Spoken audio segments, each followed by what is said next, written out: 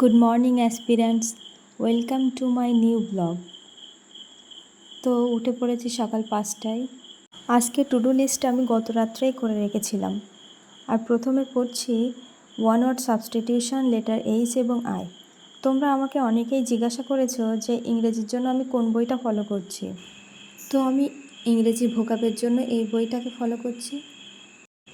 ক্লার্কশিপের জন্য আমি কোন কোন বই পড়ছি বা কোন স্যারের ক্লাস করছি তোমরা যদি জানতে চাও তাহলে আমাকে কমেন্টে নিশ্চয়ই জানাবে। ভোকাবের পর করেছিলাম সাবজেক্ট অ্যান্ড ভার্ব এগ্রিমেন্ট এই চ্যাপ্টারটা। দেন স্টার্ট করলাম জিকে। জিকের জন্য আমি ফলো করছি পিনাকেলের স্ট্যাটিক জিকে এই বইটা। আমার মনে হয় জিকেটা আমাদের খুব বেশি করে পড়া উচিত, কারণ জিকে একটা ভীষণ ভাস্ট এরিয়া। কোথা থেকে কোশ্চেন আসবে এটা বলা খুবই মুশকিল। জিকে এমন একটা সাবজেক্ট যেটা একটা বই থেকে কভার হয় না, তাই 2 বা 3টে বই আমাদের ফলো করা উচিত। জিকে কমপ্লিট হয়ে গেলে ব্রেকফাস্ট করে নিলাম, আর এই ব্রেকফাস্ট করতে করতে করেছিলাম নলেজ অ্যাকাউন্ট থেকে কারেন্ট অ্যাফেয়ার্স। দেন 10টার দিকে শুরু করেছিলাম জিওগ্রাফি, আর জিওগ্রাফিটা আমি করছি পারমার স্যারের ক্লাস থেকে। আর যখনই আমি ভূগোল পড়ি তখনই চেষ্টা করি ম্যাপ দেখে পড়ার। ম্যাপ দেখে পড়লে বিষয়টা বুঝতে খুব সুবিধা হয়। থার্ড স্লটের পর নিয়ে নিলাম একটি ব্রেক, কারণ সকাল থেকে পড়া হচ্ছে। তারপর স্নান করে পুজো দিয়ে নিলাম।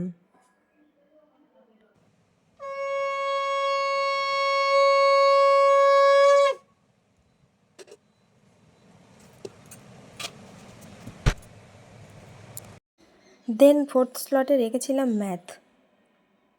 আর ম্যাথ করার আগে আমি সবসময় স্কোয়ার, কিউব এগুলো প্র্যাকটিস করি, তো সেগুলো প্র্যাকটিস করে নেব। তারপর চঞ্চল ঘোষের বইটা থেকে পার্টনারশিপ চ্যাপ্টারটা কমপ্লিট করব। প্রিভিয়াস ইয়ার অ্যানালাইজ করতে গিয়ে দেখেছি যে পার্টনারশিপ থেকে আমাদের প্রায় কোশ্চেন থাকে, তো সেই জন্য এই চ্যাপ্টারটা আমাদের খুবই ইম্পর্টেন্ট। চঞ্চল ঘোষের এই বইটা থেকে পার্টনারশিপ চ্যাপ্টারটা কমপ্লিট হয়ে গেলে আমি আর.এস. আগরওয়াল থেকে পার্টনারশিপ চ্যাপ্টারটা করে নিলাম। ম্যাথ কমপ্লিটের পর নিয়ে নিলাম একটা ব্রেক এবং পড়তে বসলাম সন্ধ্যার পর।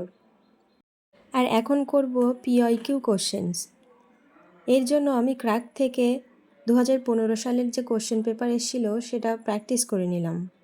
আর প্রিভিয়াস ইয়ার কোশ্চেন করা আমাদের খুবই ইম্পর্টেন্ট। এ থেকে বোঝা যায় যে কোন জায়গাটাকে আমাদের জোর দিতে হবে এবং কোন জায়গাটা আমাদের ভালো করে পড়তে হবে।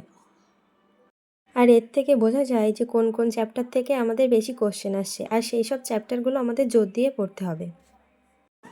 আর যেহেতু ক্লার্কশিপ এক্সামের ঠিক পরেই আমাদের বিসিএস এক্সাম, সেজন্য ডাব্লিউবিসিএস স্ক্যানার থেকে আমি জিওগ্রাফির পিওয়াইকিউ কোশ্চেনগুলো একটু রিভিশন দিয়ে নিলাম।